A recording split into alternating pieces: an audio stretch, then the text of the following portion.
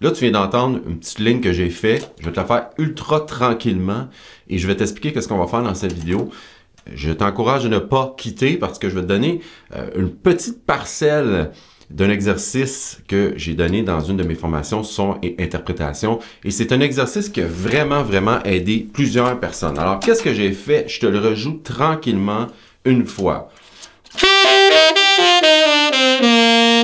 En fait, je ne veux pas te montrer exactement cette ligne-là. Qu'est-ce que je veux te montrer, par contre, c'est les deux premières notes que j'ai jouées. C'est-à-dire ça. C'est le même son, mais c'est deux doigtés, tu vas voir. Alors, qu'est-ce que c'est que ça? Il n'y a pas longtemps, j'ai fait une vidéo sur l'harmonique du La obtenue avec le doigté du Ré. Okay? C'est-à-dire que tu joues ça, tu joues le Ré, mais tu entends le son La. C'est problématique pour plusieurs personnes, surtout si tu débutes. Okay? Une fois que tu as bien contrôlé ton embouchure, ta gorge et tout ça, ça va arriver des fois là, qu'une petite échappée par-là, par-ci par-là, mais c'est très rare. Tu vas le faire si tu veux le faire. C'est-à-dire si tu veux entendre la note La en jouant Ré.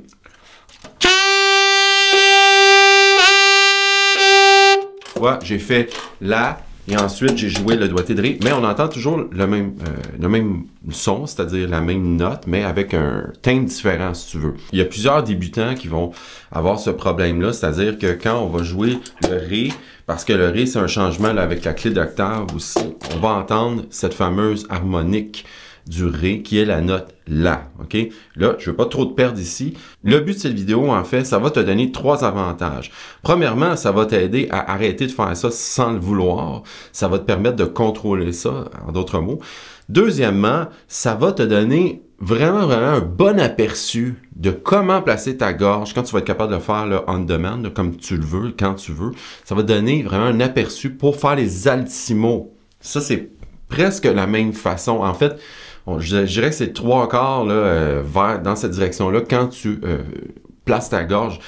Évidemment, c'est difficile, hein, la gorge, on peut pas faire une radiographie puis te montrer, là, ça serait un petit peu weird, un petit peu bizarre, mais c'est toi, faut qu'il découvre comment. Alors, cet exercice-là va te permettre de faire ça aussi. Et troisièmement, ça va, je pense que c'est un des avantages aussi, vraiment gros, ça va grossir ton son parce qu'on travaille des harmoniques. Alors ça, cette façon de souffler-là aussi, tu vas essayer de conserver ça là, en partie pour avoir toujours un gros son, toujours un son qui va avoir beaucoup d'harmonique. L'exercice en soi est plutôt simple. Qu'est-ce que tu vas faire? Tu vas simplement venir jouer ton La ici. Tu peux prendre ta clé d'octave aussi, là, c'est pas un souci.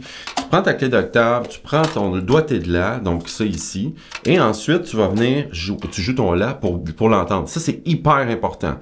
Les altissimos, là, c'est pas des altissimos, mais les harmoniques et les altissimos, c'est-à-dire c'est vraiment de l'entendre avant. Si tu entends ta note, il y a beaucoup plus de chances que tu l'atteignes ensuite. Si tu ne l'entends pas, ça va être plus compliqué, à moins que tu aies vraiment beaucoup d'expérience et que tu sois à moitié endormi aussi, là, parce qu'à un moment donné, quand tu joues du saxophone, tu es rendu à faire des altissimos, tu sais quelle note que tu vas atteindre. OK?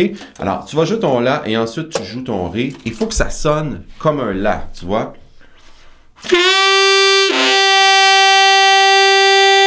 Je te le fais pour que tu vois La et ça ici après. La, Ré.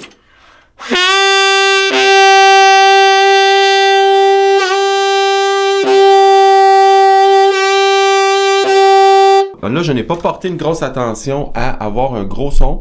Là, je voulais juste te montrer comment l'obtenir. Mais quand tu vas le pratiquer et que tu sais que tu l'as, OK? Ça se peut que tu ne l'aies pas des fois, mais ça va pas faire ça, là. Là, je fais carrément n'importe quoi. Là, je fais la Ré avec une embouchure de camionneur.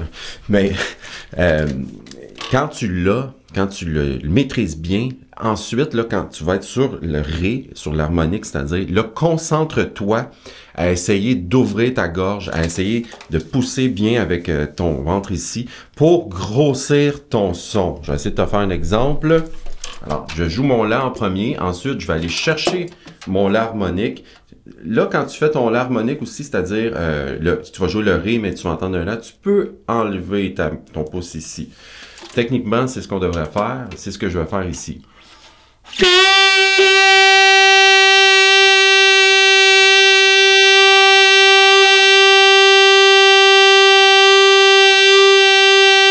Là, tu vois, j'aurais pu continuer un peu, là, mais j'étais en train de jouer vraiment le doigté du Ré, mais on entendait La. Et je n'ai pas appuyé sur la clé d'octave, jamais. En fait, j'ai même fait mon La aigu sans clé d'octave, ça c'est faisable aussi, là. Je l'aurais fait.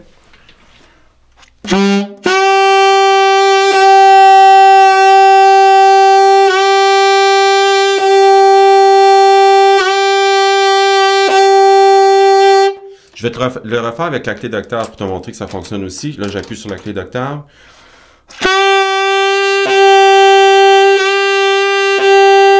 Mais on entend que le son est un peu plus étouffé. C'est pour ça que techniquement, je pense que tu ne devrais pas prendre ta clé d'octave, sauf au début si tu n'es pas capable de l'obtenir. Mais essaie quand tu es plus à l'aise de le faire sans ta clé d'octave. Sans. Avec. En tout cas, moi, d'ici, probablement que tu n'entends pas vraiment l'autre côté de la caméra, mais c'est vraiment un petit peu plus ouvert quand j'enlève la clé d'octave. Écoute bien, je vais te le faire 2 fois de fil. Là. Je vais jouer le doigté du Ré, mais bien sûr, c'est le La qu'on entend. Là. On n'entend jamais de Ré ici.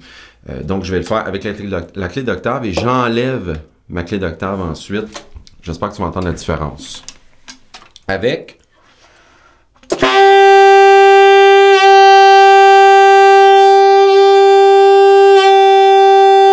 Ouais, je pense qu'on l'entend clairement. J'ai fait exprès de faire un gros mouvement là, pour que tu vois que j'enlève vraiment mon pouce et que je suis pas un imposteur. Alors ça, c'est un exercice, comme je disais tantôt, que je donne dans une de mes formations, la formation sur le son.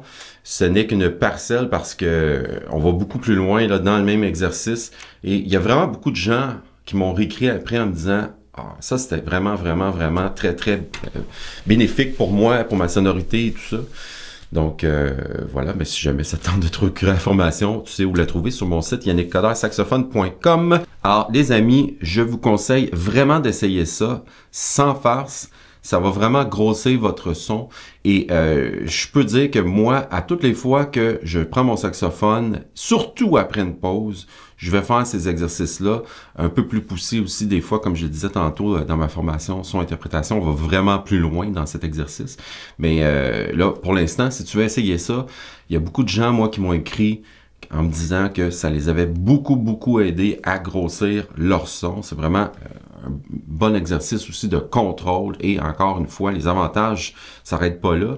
Ça va te guider là, pour obtenir là, la bonne façon, la bonne position pour faire les altissimo si tu n'as pas déjà commencé à travailler ça. Alors sur ce, peu importe où tu te trouves sur la planète, je te dis bonne journée, buenas tardes, good evening, on se revoit très bientôt. Salut!